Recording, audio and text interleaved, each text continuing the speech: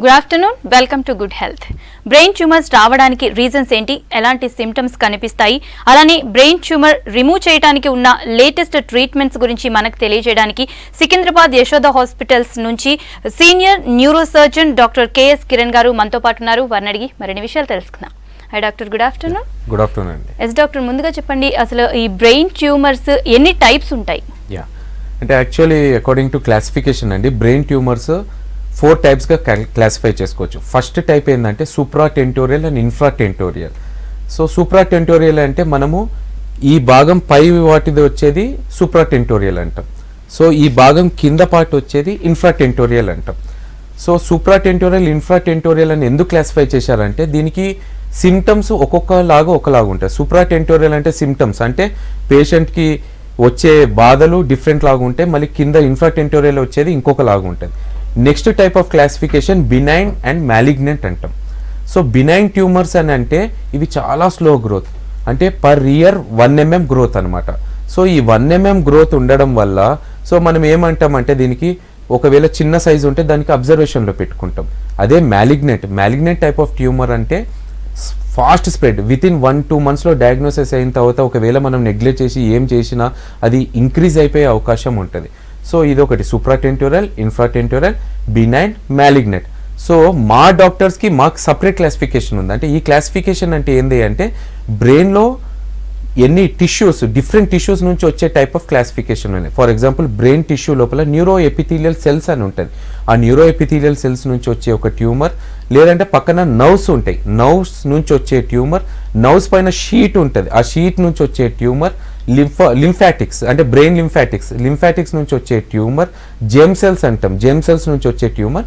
ఇట్లా 3 types 4 types classification ఉంటుంది. So ఒక్కొక్క టైపు మా డాక్టర్స్కి ఒక టైప్ ఉంటుంది, జనాలకి అంటే లేమెన్స్ కానీ జనాలకి చెప్పే ఒక టైప్ ఆఫ్ క్లాసిఫికేషన్ ఉంటుంది. మళ్ళీ సిమ్టమ్స్ అంటే పేషెంట్ ఇబ్బంది పడే దాని ప్రకారం ఒక టైప్స్ ఉంటాయి క్లాసిఫికేషన్. ఎస్ డాక్టర్, టైప్స్ చెప్పారు కదా, అయితే అసలు ఇది ఎలా స్టార్ట్ అవుతుంది, ఇది రావడానికి రీజన్స్ ఏంటి? అండి, అంటే యాక్చువల్లీ రీజన్స్ అని అంటే ఇప్పుడు చాలా, ఫర్ ఎగ్జాంపుల్ మనము చిన్న పిల్లల్లో చూస్తాం. ఫర్ ఎగ్జాంపుల్ నేను ఒక ఎగ్జాంపుల్ చెప్తాను. నేను 2-3 months బ్యాక్ ఒక ఫంక్షన్కి వెళ్ళినప్పుడు ఒక చిన్న బేబీ కాలు ఇట్లా పెట్టుకొని ఇట్లా నడుస్తుంది. స్వేయింగ్ గేట్ అంటాం, అటాక్సిక్ గేట్ అంటాం. ఈ అటాక్సిక్ గేట్ చూసిన తర్వాత నేను వాళ్ళ పేరెంట్స్ చెప్పి ఒక్కసారి తల స్కానింగ్ చేయించండి అని అంటే బ్రెయిన్ ట్యూమర్ బయటపడింది. అంటే ఈ కాజేటివ్ ఫ్యాక్టర్స్ పిల్లల దాంట్లో మేము ఫెమిలియర్ హెరిడిటరీ అంటాం, ఫెమిలియర్ సిండ్రోమ్స్ అంటాం. ఫర్ ఎగ్జాంపుల్ న్యూరోఫైబ్రోమాటిస్ టైప్ 1 అంటాము, లేకపోతే ఫర్ ఎగ్జాంపుల్ ఇంకా చాలా ఉంటాయి. ఎట్లాంటిది ఫర్ ఎగ్జాంపుల్ అటెలెక్టెక్సియా అంటారు, హెమాంజియోబ్లాస్టోమా అంటారు. ఇవన్నీ హెరిడిటరీ నుంచి వచ్చేటివి. నెక్స్ట్ పాయింట్ ఏంటంటే వన్ ఆఫ్ ది రేడియేషన్ అంటే ఈ మధ్యలో మేము చూసే దాని ప్రకారం స్టాట్స్ ప్రకారం ఏంటంటే ఇంటి దగ్గర రేడియేషన్ టవర్స్ ఉండడం వల్ల, దీనివల్ల ఈ రేడియేషన్ ఎక్స్పోజర్ వల్ల కూడా ట్యూమర్ వచ్చే ఛాన్సెస్ ఉంటాయి. సో ఇంకా స్టిల్ రీసెర్చ్లో ఉంది, అంటే ఎక్కువ సెల్ ఫోన్ యూజ్ చేయడం వల్ల, సో ఈ రేడియేషన్స్ ఉన్న వల్ల కూడా రావడం, అంటే ఇంకా నిర్ధారణ కాలే కానీ it may be contributing factor అనేది ఒకటి ఉంటుంది. Next first point hereditary, next point radiations, next point cell phone usage, next point ఏంటంటే కొన్ని ట్యూమర్స్ ఉంటాయి, హెడ్ ఇంజురీస్ అంటే మైనర్ హెడ్ ఇంజురీస్ అన్నీ అయ్యి ఒక 6 months 6 years తర్వాత బయటపడిన ట్యూమర్స్ కూడా ఉంటాయి. ఫర్ ఎగ్జాంపుల్ మెనింజోమాస్, ఈ మెనింజోమాస్ ఈ ట్రామా వల్ల కూడా కొన్ని మెనింజోమాస్ వచ్చినవి చూసినాం. నెక్స్ట్ కొన్ని వైరసెస్, హ్యూమన్ ప్యాపిలోమా వైరస్ ఇంకా కొన్ని వైరసెస్ ఉన్నాయి, దీనివల్ల కూడా ట్యూమర్స్ వచ్చే ఛాన్సెస్ ఉన్నాయని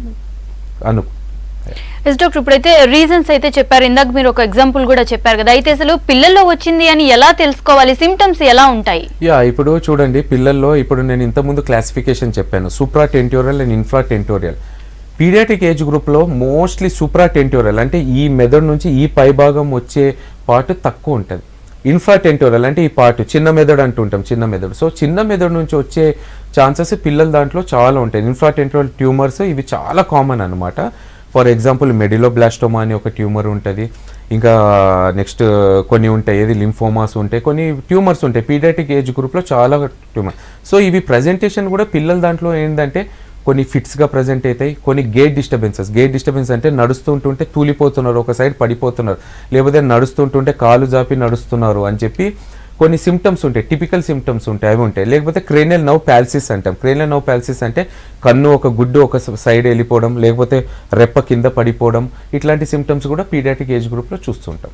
ఎస్ డాక్టర్, అయితే పెద్దవాళ్ళలో ఎలాంటి సిమ్టమ్స్ కనిపిస్తాయి డాక్టర్? యా, పెద్దవాళ్ళ దాంట్లో ఏంది అని అంటే ఫస్ట్ పాయింట్ మనం ఒకవేళ సూప్రాటెంటోరియల్ అంటే ఈ పై భాగం చూసుకున్నామంటే ఒక్కొక్క లోబ్కి ఒక్కొక్క సిమ్టమ్స్ వస్తూ ఉంటాయి అనమాట. ఫర్ ఎగ్జాంపుల్ ఫ్రాంటల్ లోబ్ అంటాం. ఫ్రాంటల్ లోబ్ అంటే ఈ పార్ట్, ఈ ముందున్న బ్రెయిన్ పార్ట్కి ఫ్రాంటల్ లోబ్ అంటాం.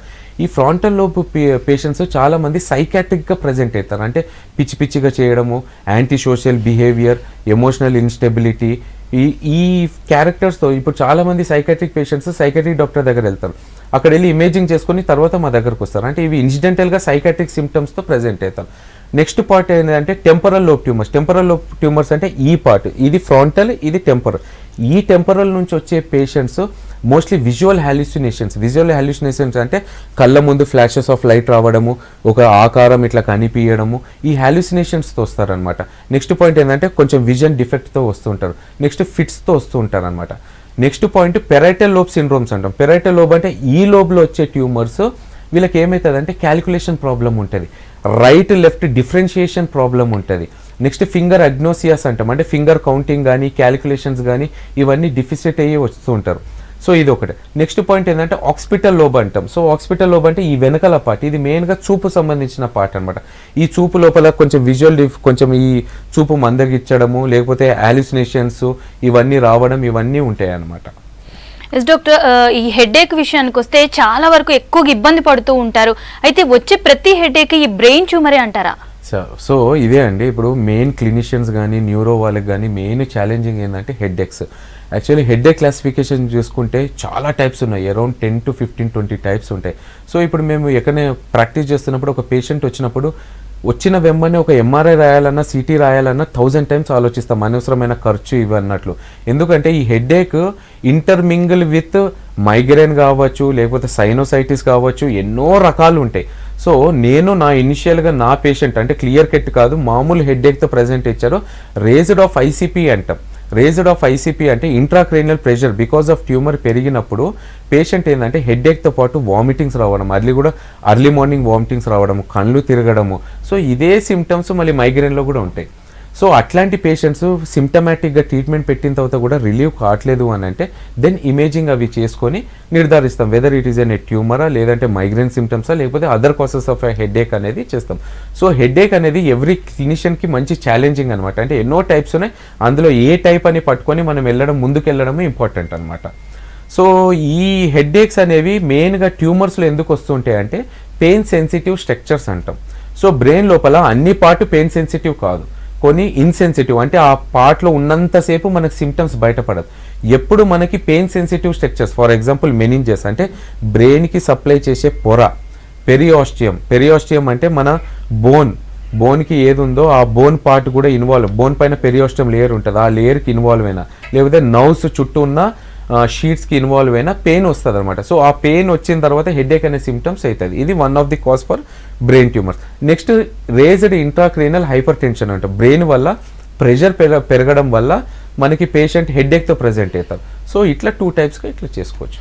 డాక్టర్, ఇప్పుడు ఇందాక మీరు బ్రెయిన్ ట్యూమర్కి సిమ్టమ్స్ని బట్టి చూస్తే ఒకవేళ తెలుసుకోవాలి బ్రెయిన్ ట్యూమర్ ఉందా లేదా అని తెలుసుకోవాలంటే ఎలా డయాగ్నోస్ చేస్తారు, ఇన్వెస్టిగేషన్స్ ఏముంటాయి? యా అండి, ఇప్పుడు ఒక పేషెంట్ మా దగ్గరకు వచ్చారు, ఫర్ ఎగ్జాంపుల్ సివియర్ హెడేక్తో, వామిటింగ్స్తో, కొంచెం క్రేనియల్ నర్వ్ డెఫిసిట్ ఉండడం, నేను ఇంతకుముందు చెప్పిన సిమ్టమ్స్తో వచ్చినప్పుడు సో ఫస్ట్ పాయింట్ ఒకవేళ డైరెక్ట్గా ఉంది case, so patient symptoms correlate అవుతున్నాయి, రేజ్డ్ ఇంట్రాక్రేనియల్ ప్రెషర్ లాగా అనిపిస్తుంది అని అనిపిస్తే ఫస్ట్ మేము డైరెక్ట్గా MRI brain with contrast prefer చేస్తాం అనమాట. లేటెస్ట్గా మామూలుగా ఏమైందంటే చాలామంది ఫిజిషియన్ అంటే రూరల్ సైడ్ ఉండేటోళ్ళు ఇట్లా ఉండేటోళ్ళు వాళ్ళు ఏం చేస్తారంటే స్మాల్ ఒక సిటీ చేయించేస్తారు. సో సిటీ స్కాన్ లోపల ఒక్కొక్కసారి చిన్న బ్రెయిన్ ట్యూమర్స్ మిస్ అయ్యే ఛాన్సెస్ ఉంటాయి. So MRI brain with contrast అని చెప్పేస్తాం. కానీ ఈ మధ్యలో టెక్నాలజీ ఎంత పెరిగిందంటే ఎంఆర్ఐలో డిఫరెంట్ సీక్వెన్సెస్ ఉన్నాయి. ఫర్ ఎగ్జాంపుల్ ఎంఆర్ఐ స్పెక్ట్రోస్కోపీ అంటాం. ఈ స్పెక్ట్రోస్కోపీ లోపల బ్రెయిన్ ట్యూమర్ ఇమేజింగ్ అయిపోయిన తర్వాత ఇది బ్రెయిన్ ట్యూమరా లేకపోతే ఇన్ఫెక్షన్ వల్ల వచ్చిందనేది కూడా స్పెక్ట్రోస్కోపీ వల్ల అందాజగా ఒక 80%, 90% కనుక్కోవచ్చు. ఒకవేళ బ్రెయిన్ ట్యూమర్ ఉండి అది కూడా హై గ్రేడ్ ఉందంటే సో కోలిన్ పీక్స్ అనేవి ఎలివేట్ అవుతాయి, కోలిన్ అండ్ ఎన్ఎన్ఏ లెవెల్స్ అనేవి రివర్స్ అవుతాయి. సో ఇది ఒకటి అందాజగా పెట్టుకుంటాం. నెక్స్ట్ పాయింట్ లేటెస్ట్ ఇమేజింగ్, ఇంకొకవేళ ఎంఆర్ఐ బ్రెయిన్ నిర్ధారణ ఇది హై గ్రేడా లో గ్రేడా ఇది కనుక్కోనికి స్పెక్ట్రోస్కోపీ ఉంటుంది, నెక్స్ట్ స్పెక్ట్ స్కాన్ ఉంటుంది, నెక్స్ట్ పెట్ స్కాన్ ఉంటుంది, నెక్స్ట్ ఈ మెగ్ అని చెప్పి కొత్త సీక్వెన్స్ వచ్చింది. సో ఈ సీక్వెన్సెస్ అన్నీ చూసుకొని మేము ఏం చేస్తాము బ్రెయిన్ హై గ్రేడ్ ట్యూమరా, సో హై గ్రేడ్ ఉంటే ఎంతవరకు వ్యాస్కులారిటీ అంటే దీని రక్త ప్రసరణ ఎంత ఉంది, ఎంత స్ట్రాంగ్ అయిన ట్యూమర్ అని చెప్పి ఒకటి నిర్ధారణ చేసుకుంటాం. నెక్స్ట్ ఫ్లో వాయిడ్స్ అంటే ఎంఆర్ఐ లోపల మేము చూసుకున్న తర్వాత దాని వ్యాస్కులర్ ఫ్లో, దానికి ఫంక్షనల్ ఎంఆర్ఐ అని చెప్పి ఇంకొకటి లేటెస్ట్గా వచ్చింది. ఈ ఫంక్షనల్ ఎంఆర్ఐలో కూడా మేము ఒకటి ఏం చూసుకుంటామంటే ఏ పార్ట్ ఇన్వాల్వ్ అయింది, ఏ పార్ట్ ప్రెస్ అయ్యి ఏ పార్ట్ మూవ్ అయింది. మనకి ఇంపార్టెంట్ పార్ట్స్ ఉంటాయి బ్రెయిన్ లోపల, స్పీచ్ ఏరియాస్ అంటే మనం మాట్లాడే ఏరియాస్, వినే ఏరియాస్, హియరింగ్ సంబంధించిన ఏరియాస్, ఇవన్నీ ఫంక్షనల్ ఎంఆర్ఐ లోపల లోకలైజ్ చేసుకొని ఒకవేళ మన బ్రెయిన్ సర్జరీ చేస్తే ఈ ఇంపార్టెంట్ పార్ట్స్ ఎలక్వెంట్ ఏరియాస్ అంట, ఈ ఎలక్వెంట్ ఏరియాస్ ఎంత దూరంలో ఉన్నాయి, ఏమున్నాయి అని చెప్పి ఈ ఫంక్షనల్ ఎంఆర్ఐ లాగా చేసుకుంటాం. ఇంకొకటి ఎంత డిటిఆర్, టెన్సార్ ఇమేజింగ్ అని చెప్పి ఇప్పుడు లేటెస్ట్గా వచ్చింది.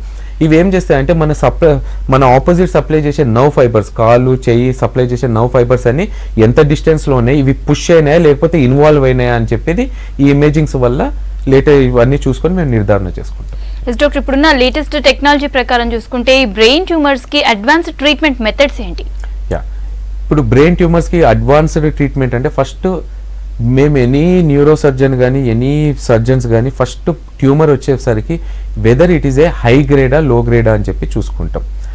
వెదర్ ఇట్ ఈస్ ఏ బినైనా మ్యాలిగ్నెంటా అని చెప్పి చూసుకుంటాం. ఒకవేళ బినైన్ అంటే దాని గ్రోత్ ఎంత ఉంటుంది 1 mm per year. So size ఒకవేళ 2 centimeters కంటే తక్కువ ఉంటే రేడియో సర్జరీ అని చెప్పి ఉంటుంది. అంటే రేడియో సర్జరీ అంటే మనకి ఇంతకుముందు బాడీ మొత్తం రేడియేషన్ ఇచ్చేటోళ్ళు, ఇప్పుడు రేడియో సర్జరీ స్టీరియో సర్జరీ అంటాం.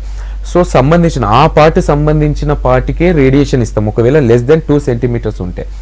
ఒకవేళ అదే ట్యూమర్ గ్రేటర్ దెన్ 2 centimeters అయింది, పక్కనున్న దాన్ని ప్రెస్ చేస్తుంది, మాస్ ఎఫెక్ట్ ఉంది అంటే నో రేడియేషన్, డైరెక్ట్ మేము సర్జికల్ ఆప్షన్స్ ఇస్తాం. నెక్స్ట్ ఇప్పుడు లేటెస్ట్గా ఏంటంటే మాకు న్యూరో సర్జన్స్కి ఇప్పుడు చేసేవి ఏంటంటే లేటెస్ట్గా వచ్చింది నావిగేషన్స్ అని చెప్పి ఉన్నాం. అంటే ఇప్పుడు నేను ఆల్మోస్ట్ నా సర్వీస్ 8 to 10 years లోపల నేను చూసుకుంది ఏంది అని అంటే అన్ని చూసిన తర్వాత gadgets are very important for surgeons.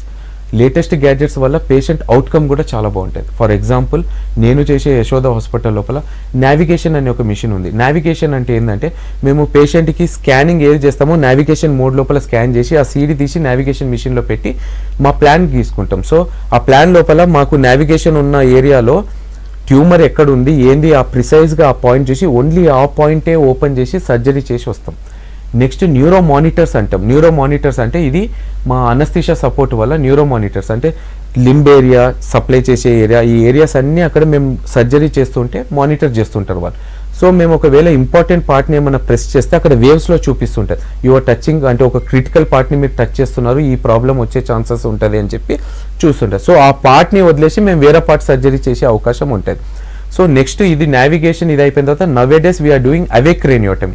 What is awake క్రేనియోటమీ? Awake క్రేనియోటమీ అంటే ఒక బ్రెయిన్ ట్యూమర్ ఇంపార్టెంట్ స్ట్రక్చర్స్ పైన కూర్చొని ఉన్నప్పుడు పేషెంట్ని లైవ్గా అంటే లైట్ సెడేషన్ ఇచ్చి కరెక్ట్గా ఆపరేషన్ చేసే టైంలో పేషెంట్ బయటికి తెచ్చి కాళ్ళు చేతులు కదిలిపించుకుంటూ ఆపరేషన్ చేస్తాం. ఫర్ ఎగ్జాంపుల్ ఆ పార్ట్ని ప్రెస్ చేసిన వెంబనే స్టిమ్యులేషన్స్ ఇస్తాం. స్టిమ్యులేషన్స్ ఇచ్చిన వెంబనే పేషెంట్ చెప్తారు సార్ ఈ చేతిలో నాకు కరెంట్ పాస్ అవుతుందంటే ఆ పార్ట్ని వదిలేసి వేరే పార్ట్ తీస్తాం. సో ఇది అవేక్ క్రేనియోటమీ అనేది ఒక లేటెస్ట్ సర్జరీ చాలా సంవత్సరాల నుంచి చేస్తున్నా కానీ ఇప్పుడు మేము అప్డేట్ చేసుకున్నాం బాగా. నెక్స్ట్ పాయింట్ ఏంటంటే ఇంట్రాప్ ఎంఆర్ఐ. సో ఇంట్రాప్ ఎంఆర్ఐ ఇది ఒక రివల్యూషన్ యాక్చువల్ చెప్పాలంటే. సో ఈ ఇంట్రాప్ ఎంఆర్ఐ మా యశోద హాస్పిటల్కి ఎప్పటి నుంచి వచ్చినాయి అప్పటి నుంచి so we are trying to removal of tumour కంప్లీట్గా రిమూవ్ చేయడానికి ట్రై చేస్తున్నాం. ఫర్ ఎగ్జాంపుల్ ఇంతకుముందు ఏం చేసేటోళ్ళం ట్యూమర్ అంతవరకు రిమూవ్ చేసి తర్వాత నెక్స్ట్ డే స్కాన్ చేసి అరే ట్యూమర్ ఇంకా 50% మిగిలిపోయిందని చెప్పి సెకండ్ సెట్టింగ్ సర్జరీ పెట్టుకొని సర్జరీ చేసేటోళ్ళం. కానీ ఈ ఇంట్రాప్ ఎంఆర్ఐ ఉండడం వల్ల అంటే ఆపరేషన్ థియేటర్లోనే మనకి ఎంఆర్ఐ ఉంటుంది. సో ఈ ఇంట్రాప్ ఎంఆర్ఐ ఉండడం వల్ల మనం ట్యూమర్ ఎక్సైజ్ చేసిన తర్వాత ఒక ½ an hour పేషెంట్ని ఎంఆర్ఐ తీసి సీక్వెన్సెస్ చూసుకొని సో ఈ పార్ట్ ఇంకా ఈ ట్యూమర్ ఉందని చెప్పి వెళ్ళి కంప్లీట్ ఎక్సిషన్ కోసం అదే సిట్టింగ్లో ట్రై చేయడానికి చూస్తాం. సో క్యూసా అని చెప్పి అంటాం. క్యూసా అంటే మనకు బ్రెయిన్ ట్యూమర్ ఏ పార్ట్ ఉందో ఆ క్యూసా అనే మిషన్తో ఆల్మోస్ట్ సక్ చేసేసి నీట్గా ఎక్కడెక్కడ ఉందో వితౌట్ రిమూవింగ్ ఇట్లా చేయకుండా మిషన్తోనే ఆ పార్ట్ అంతా బ్రెయిన్ ట్యూమర్ తీసే ప్రయత్నం చేస్తాం అనమాట. నెక్స్ట్ లేటెస్ట్గా ఇప్పుడు ఎండోస్కోపిక్ సర్జరీస్ అని చెప్పి వచ్చినాయి. ఎండోస్కోపిక్ సర్జరీస్ అంటే ఒక చిన్న హోల్ పెట్టి నావిగేషన్ హెల్ప్ తీసుకొని ఆ ట్యూమర్ ఎక్కడుందో లోకలైజ్ చేసుకొని కరెక్ట్గా ఆ ట్యూమర్లు వెళ్ళి ఎండోస్కోప్ చిన్న హోల్ పెట్టి కెమెరా పెట్టి సర్జరీ తీసే అవకాశాలు ఎక్కువ ఉన్నాయి. డాక్టర్, ఈ బ్రెయిన్ ట్యూమర్స్ కి స్ట్రెస్ కారణం అవుతుంది అంటారా? అంటే అట్లా అంటే ఇప్పుడు stress is one of the cause అని చెప్పి ఎవరు చెప్పలేదు బ్రెయిన్ ట్యూమర్స్ వల్ల. But studies are going on, అంటే వెదర్ స్ట్రెస్ కూడా కాజ్ ఉంటుందా లేదా. అంటే ఇండైరెక్ట్గా చెప్పాలంటే స్ట్రెస్ మొత్తం ఉన్న ఏ పేషెంట్కైనా లేకపోతే ఏ హ్యూమన్ బీయింగ్ అయినా స్ట్రెస్ అనేది ఎక్కువ ఉంటే ఆటోమేటికలీ వాళ్ళకి బీపీ అనేది వస్తుంది, బ్రెయిన్ స్ట్రోక్ అనేది వస్తుంది. సో బ్రెయిన్ సంబంధించిన వేరే వ్యాధులు వస్తాయి కానీ ఇంకా ట్యూమర్ రావడం ఇవి మాత్రం ఇంకా నిర్ధారణ కాలేదు. ఎస్ డాక్టర్, ఇందాక టైప్స్ ఆఫ్ బ్రెయిన్ ట్యూమర్ చెప్పారు కదా, అయితే ఏది ఎక్కువ మీరు చూస్తూ ఉంటారు అండ్ ఏది ఎక్కువ డేంజరస్ అంటారు? ఇప్పుడు చూడండి, ఫర్ ఎగ్జాంపుల్ గ్లయోమాస్ అంటాం. ఈ గ్లయోమాస్ అనేవి ఎట్లా ఉంటుంది అంటే ఓల్డ్ ఏజెస్లో కానీ యంగ్ ఏజెస్లో కానీ ఈ మధ్యలో రీసెంట్గా చూస్తున్నాం. సో ఈ గ్లయోమాస్ ఏంటి అంటే పర్టికులర్ స్ప్రెడ్డింగ్ ఎట్లా ఉంటుంది అంటే విత్ ఇన్ మ్యాక్సిమం పయ అనేది ఒక బ్రెయిన్లో ఒక స్ట్రక్చర్ ఒక పార్ట్ ఉంటుంది లేయర్ని, దాన్ని బ్రీచ్ చేసుకొని వెళ్ళిపోతూ ఉంటుంది. సో స్ప్రెడ్డింగ్ ఛాన్సెస్ ఎక్కువ ఉంటుంది. సో దానికి సంబంధించిన వాపు మాస్ ఎఫెక్ట్ కూడా చాలా ఎక్కువ ఉంటుంది. సో ఈ గ్లయోమా లోపల మా క్లాసిఫికేషన్స్ ఉంటాయి. గ్రేడ్ 1 గ్లయోమా, లో grade గ్లయోమా, high grade గ్లయోమా. So grade 1, grade 2, grade 3, grade 4 అని క్లాసిఫికేషన్ ఉంటుంది.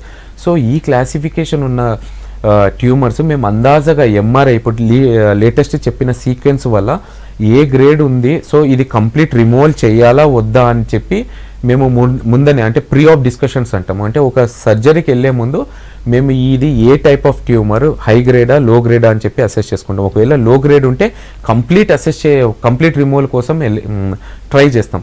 ఒకవేళ హై గ్రేడ్ ట్యూమర్ ఉంది, అది కూడా ఎలక్వెంట్ ఏరియా అంటే మన చేలు కాలు సప్లై చేసే ఏరియా ఉంది, సో ఆ ట్యూమర్ తీయడం వల్ల మనకు స్పీచ్ పోతుంది, ఇవన్నీ పోతున్నాయి అని అంటే సో మేము ఇవన్నీ ఏది ఇంట్రాప్ ఎంఆర్ఐ వాడుకొని, నావిగేషన్ వాడుకొని, లేటెస్ట్ గ్యాడ్జెట్స్ ఏవేవి ఉన్నాయని వాడుకొని సో మెయిన్ ఏరియాస్ని స్పేర్ చేసేసి సో మిగతా ఏరియాస్ అన్ని ట్యూమర్స్ చేసేసి మళ్ళీ ఎంఆర్ఐ తీయించి ఇంట్రాప్ ఎంఆర్ఐ వాడి ఆ ఇంట్రాప్ ఎంఆర్ఐలో ఎంత ట్యూమర్ ఉంది, ఇంకా సేఫ్ రిసెక్షన్ ఎంత ఉందో చూసుకొని సో సాధ్యమైనంత వరకు ట్యూమర్ తీయనికి ప్రయత్నం చేస్తాం. సో ఈ హై గ్రేడ్ గ్లయోమాస్ వీళ్ళందరూ లైఫ్ ఎక్స్పెక్టెన్సీ ఎట్లా ఉంటుంది, సో మెయిన్లీ ఏ పేషెంట్ అయినా వచ్చిన తర్వాత సార్ ట్యూమర్ అంటున్నారు, హై గ్రేడ్ అంటున్నారు, సార్ సర్జరీ చేయించుకోవాలా వద్దా అని చెప్పి ఒక క్వశ్చన్ ఉంటుంది. కానీ లేటెస్ట్గా ఈ మధ్యలో కీమో వల్ల కానీ రేడియేషన్స్లో వచ్చిన టెక్నాలజీస్ కానీ కీమో వల్ల వచ్చిన టెక్నాలజీస్ కానీ యాజ్ ఎ సర్జన్ మేము ఏం చేస్తామంటే 80-90% ట్యూమర్ రిమూవల్ చేసేస్తాం. So because of latus gadgets ఉండడం వల్ల ఈ ట్యూమర్ అంతా రిమూవల్ చేసిన తర్వాత మెయిన్ ఏరియాలో ఎక్కడెక్కడ ట్యూమర్ స్పేర్ అయిపోయిందో దానికి కీమో రేడియేషన్ ఇస్తాం.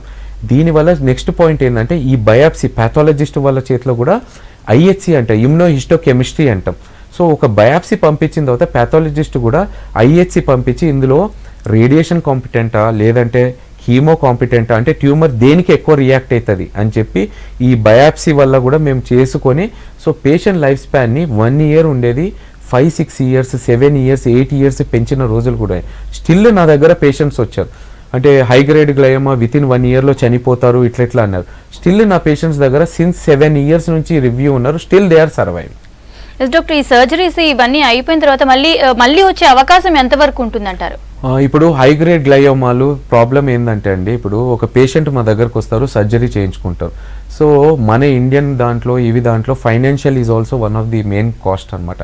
సో వీళ్ళు వచ్చిన తర్వాత ఏమవుతుందంటే సర్జరీకి సో ఎంతో అంత ఖర్చు పెట్టుకుంటారు. నెక్స్ట్ పాయింట్ ఏంటంటే కీమో రేడియేషన్స్కి కంటిన్యూస్గా వెళ్ళాలి.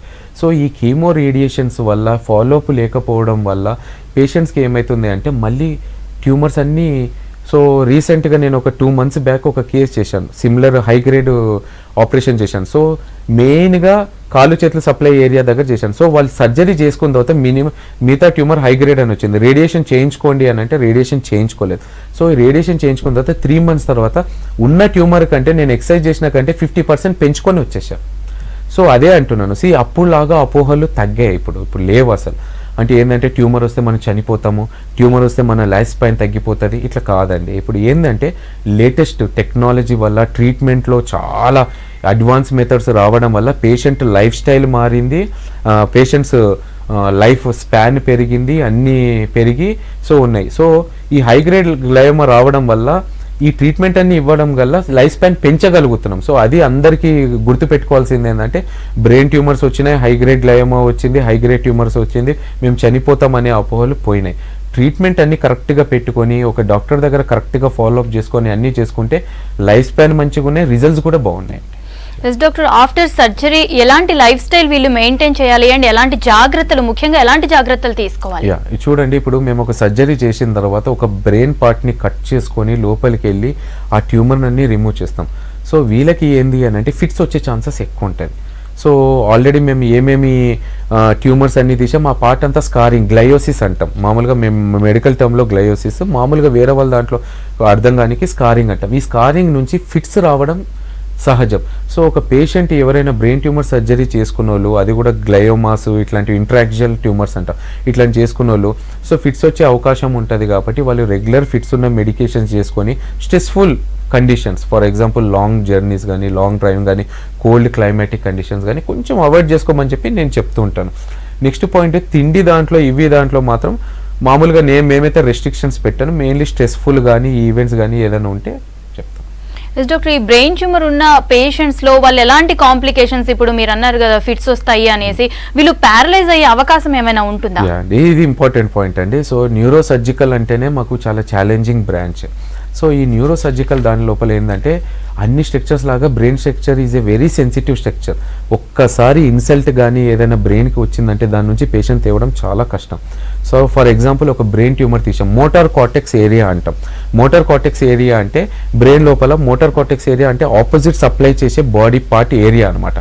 సో ఆ పార్ట్లో వచ్చే ట్యూమర్స్ ఏదైనా ఉంటే సో ఆ పార్ట్ తీసినప్పుడు కొంచెం వీక్నెస్ వచ్చే అవకాశం ఉంటుంది. సో కొంతమందికి అది పర్మనెంట్ డెఫిసిట్ ఉండొచ్చు, లేకపోతే 1 month 2 monthsలో రికవర్ అయ్యే డెఫిసిట్ కూడా ఉండొచ్చు. నెక్స్ట్ పాయింట్ ఏంటంటే డీప్ సీటెడ్ ట్యూమర్స్ అంటాం, అంటే skull based tumours. What are skull based tumours అంటే ట్యూమర్స్ మొత్తం బ్రెయిన్కి అడుగు భాగంలో ఉన్న ట్యూమర్స్. ఇవన్నీ ఏంటి అంటే నరాలకి, పెద్ద పెద్ద నాడీలకి అన్నీ అత్తుకొని ఉంటుంది. సో మేము ఇవన్నీ మైక్రోస్కోపిక్ ఎక్సిషన్స్ చేస్తాం. బ్రెయిన్ ట్యూమర్స్ ఏవి చేసినా మేము మైక్రోస్కోప్ అంటే అండర్ మైక్రోస్కోప్ మొత్తం జూమ్ చేసుకొని పార్ట్స్ అన్ని విజువలైజ్ చేసుకొని చేస్తాం. సో ఈ స్కల్ బేస్డ్ ట్యూమర్స్ చేస్తున్నప్పుడు సో క్రిటికల్ ఏరియాస్ అన్ని పక్కనే ఉంటాయి. సో ఫర్ ఎగ్జాంపుల్ మనకు ఒక రక్తనాడిని అత్తుకొని ఉంటుంది. సో రక్తనాడిని సపరేట్ చేయడానికి ట్రై చేస్తాం. కొన్ని కేసెస్లో ఏమవుతుందంటే ఈ సపరేట్ చేసే క్రమంలో రక్తనాడి ఓపెన్ అయిపోయినప్పుడు పేషెంట్ టేబుల్ మీదనే డెత్ అయ్యే అవకాశం ఉంటుంది. లేదు అని అంటే ఆ ట్యూమర్ తీసేసిన తర్వాత, ఆ పార్ట్ వదిలేసిన తర్వాత వ్యాసోస్పాజం అంటాం, ఆ సెగ్మెంట్ ఏది ఉంటుందో ఆ నాడి మూసుకపోతుంది. సో ఆ పార్ట్కి బ్లడ్ సప్లై రాకుండా స్ట్రోక్స్ వచ్చే అవకాశం ఉంటుంది. నెక్స్ట్ పాయింట్ ఏంటంటే కొంతమంది స్టేటస్ ఎపిలెప్టిక్స్ అంటాం, అంటే సర్జరీ చేసిన తర్వాత కంటిన్యూస్ ఫిట్స్ వస్తే ఉంటాయి. సో ఇవన్నీ మేము పోస్ట్ ఆప్ మేనేజ్మెంట్ అంటాం. ఈ ఫిట్స్ కంట్రోల్ చేయడానికి ఇంజెక్షన్స్ అన్ని పెట్టి, హై డోసెస్ అన్ని పెట్టి పేషెంట్ని కంట్రోల్ చేస్తాం. సో ఇదొకటే. నెక్స్ట్ క్రేనియల్ నర్వ్ ప్యాల్సిస్ అంటాం. ఈ సర్జరీ వల్ల ప్యాల్సిస్ అంటే కన్ను వంకరపోవడము, మూతి వంకరపోవడము, హియరింగ్ డెఫిసిట్స్ రావడము, మూతి వంకరపోవడం. సో ఇవన్నీ పోస్ట్ సర్జికల్ కాంప్లికేషన్స్ ఉంటాయి. అంటే ఒక్కొక్క ట్యూమర్కి depending upon the position, place వల్ల మేము కాంప్లికేషన్స్ ఎక్స్ప్లెయిన్ చేస్తుంటాం. ఫర్ ఎగ్జాంపుల్ ఇన్ఫ్రాటెంటోరియల్ ట్యూమర్ ఉంది. ఈ కేసు మేము ఈ సర్జరీ చేసిన వాళ్ళకి బ్యాలెన్స్ తప్పుతాయి. అంటే నడుస్తున్నప్పుడు సొయ్యి నడిచినట్లు, అంటే డ్రంక్ అండ్ గేట్ అంటాం, నడుస్తున్నప్పుడు ఇట్లా సోలుకుంటా నడవడం, ఇవన్నీ అయితే. అదే సూప్రాటెంటోరియల్ ట్యూమర్స్ అంటే కొంతమంది ఫ్రంటల్ లోబ్ ట్యూమర్స్ చూస్తాం, పోస్ట్ వాళ్ళకి సైకాటిక్ ప్రాబ్లమ్స్ వచ్చేస్తాయి. సేమ్ కేసు నేను ఒక జనగాం నుంచి ఒక పేషెంట్ ఆపరేట్ చేశాను. ట్యూమర్ అంతా సక్సెస్ అయిపోయింది. Now he suffering from psychiatric disease. అంటే ఎక్కువ ఎక్సెసివ్ ఈటింగ్, జనాల్ని కొట్టడము, ఇవన్నీ చేయడం, ఈ సైకాట్రిక్ డిస్టర్బెన్సెస్ వస్తాయి. కొంతమందికి విజన్ డిస్టర్బెన్సెస్ వస్తాయి. సార్ సర్జరీ చేశారు మీరు అంతా బాగానే, ఎందుకంటే నాకు ఈ చూపు కనిపించట్లేదు సార్ అంటారు. సో ఇట్లా ఒక్కొక్క పార్ట్కి సంబంధించిన ట్యూమర్కి ఒక్కొక్క డెఫిసిట్స్ ఉంటాయి అనమాట. సో ఆ ట్యూమర్ ఏ పార్ట్లో ఉందో సో ముందే మేము పేషెంట్స్కి అన్ని ఎక్స్ప్లెయిన్ చేసుకొని సర్జరీకి తీసుకుంటాం. Okay, thank you doctor. ఇది ఇవాల్టి good health. Stay tune to V6 news.